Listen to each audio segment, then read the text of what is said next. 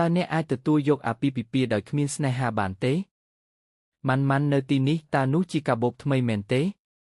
ស្វាមីរបស់អ្នកប្រព្រឹត្តចំពោះអ្នកយ៉ាងល្អគាត់គឺបែបនោះគាត់មានស្ត្រីជាច្រើនអ្នករួចហើយគាត់ទូចថាពណ៌នេះសំនឹងខ្ញុំសុំទោសខ្ញុំមកយកកូនពីសាលារៀនយឺតលីនៅទីនេះមិនអីទេខ្ញុំយល់វាមិនងាយស្រួលទេក្នុងការចិញ្ចឹមកូនបន្ទាប់ពីលែងលះគ្នាមើលម៉ាន់នោះជាជីវិតដ៏ល្អយើងគ្រាន់តែមានវាសនាត្រូវរវល់មែនហើយម៉ាន់តែងតែមានសំណាងអូ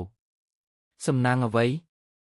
គ្រាន់តែស្វាមីរបស់នាងជាស្វាមីល្អប្រសិនបើអ្នកសួរខ្ញុំវាមិនមានបញ្ហាទេថាតើអ្នករៀបការបានល្អឬអត់ការមានសុខភាពល្អគឺជារឿងសំខាន់បំផុតខ្ញុំនៅឯការជួបជុំថ្នាក់រៀនខ្ញុំនឹងទៅដល់ទីនោះឆាប់នេះយល់ព្រមស្វាមីរបស់ខ្ញុំកំពុងជំរុញឲ្យខ្ញុំត្រឡប់ទៅផ្ទះវិញហើយចំអិនអាហារខ្ញុំត្រូវតែទៅឥឡូវនេះស្វាមីគំរូរបស់អ្នកកំពុងរងចាំអ្នកត្រឡប់មកផ្ទះវិញហើយចំអិនអាហារមកចុះចូលយើងបន្តលីតើអ្នកត្រឡប់មកផ្ទះវិញដោយរបៀបណាមិត្តប្រុសរបស់ខ្ញុំកំពុងមកទទួលខ្ញុំតើអ្នកអាចរកឃើញបុរសល្អអ្វីខ្លះនៅក្នុងអាពាហ៍ពិពាហ៍លើកទី2ប្រហែលជាវាគ្រាន់តែជាបញ្ហានៃចំណង់ចំណូលចិត្តប៉ុណ្ណោះអូពិតជាមាននរណាម្នាក់បានមកទទួលអ្នកជាការពិតណាស់ខ្ញុំព្រួយបារម្ភអំពីអ្នកត្រឡប់ទៅផ្ទះវិញតែម្នាក់ឯងយើងនឹងទៅតាមផ្លូវដូចគ្នាតើខ្ញុំអាចជិះឡានជាមួយអ្នកបានទេយល់ព្រមតោះទៅការណាត់ជួបពិនិត្យសុខភាពរបស់អ្នកនឹងមកដល់ឆាប់នេះខ្ញុំត្រូវទៅធ្វើដំណើរអាជីវកម្មនៅថ្ងៃនោះខ្ញុំពិតជាមិនអាចទៅណាបានទេមិនអីទេការងារសំខាន់ខ្ញុំអាចទៅតែម្នាក់ឯងបានឬខ្ញុំអាចទៅជាមួយលីតើខ្ញុំទៅដោយរបៀបណាហេតុអ្វីបានជាអ្នកមានសុជីវធម៌ម្លេះ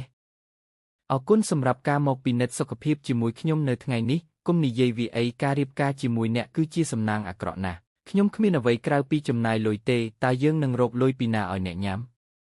ចូលគិតដោយខ្លួនឯងម៉ាន់តើអ្នកសុខសប្បាយជាទេអ្នកទាំងអស់គ្នាបានឃើញហើយសេចក្តីសប្បុរសរបស់ស្វាមីខ្ញុំចំពោះខ្ញុំគឺคล้ายទាំងអស់គាត់ដឹងតែពីរបៀបញ៉ាំផឹកនិងសប្បាយគាត់មិនខ្វល់ពីខ្ញុំតតែសោះខ្ញុំគ្រាន់តែជាអ្នកបម្រើផ្ទះដែលទទួលបានប្រាក់ខែនៅផ្ទះយើងឆ្លោះគ្នារាល់ថ្ងៃខ្ញុំធ្លាក់ទឹកចិត្តឥឡូវនេះខ្ញុំត្រូវបានគេធ្វើរោគវិនិច្ឆ័យថាមានជំងឺមហារីកសដន់គាត់ចង់លែងលះគ្នាប៉ុន្តែគាត់ព្រួយបារម្ភថាខ្ញុំនឹងយកទ្រព្យសម្បត្តិពាក់កណ្ដាលនៅពីក្រោយខ្នងខ្ញុំគាត់កំពុងផ្ទេរទ្រព្យសម្បត្តិដោយលួចលាក់មានជំងឺមហារីកក្រោមសដន់តើលទ្ធផលតេស្តចេញហើយឬនៅយ៉ាងណាក៏ដោយយើងមិនទាន់រៀបការទេខ្ញុំនឹងមិនធ្វើជាបន្ទុកដល់អ្នកទេពិតណាស់បុរសទាំងអស់គឺដូចគ្នានេះជាប្រាក់សន្សំរបស់ខ្ញុំទាំងអស់យើងនឹងដោះស្រាយវាយឺតខ្ញុំនឹងនៅជាមួយអ្នកកុំបារម្ភដូច្នេះវាមិនមែនជាអាហ៊ុនដែលមិនគួរឲ្យទុកចិត្តទេវាគឺជាមនុស្សដែលមិនគួរឲ្យទុកចិត្តតើអ្វីនាំអ្នកទាំងអស់គ្នាមកទីនេះ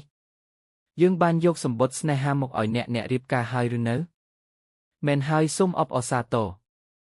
ជីវិតពេលខ្លះមានរឿងស្មុគស្មាញប៉ុន្តែយើងអាចរៀបចំចម្លើយជាមុនបាន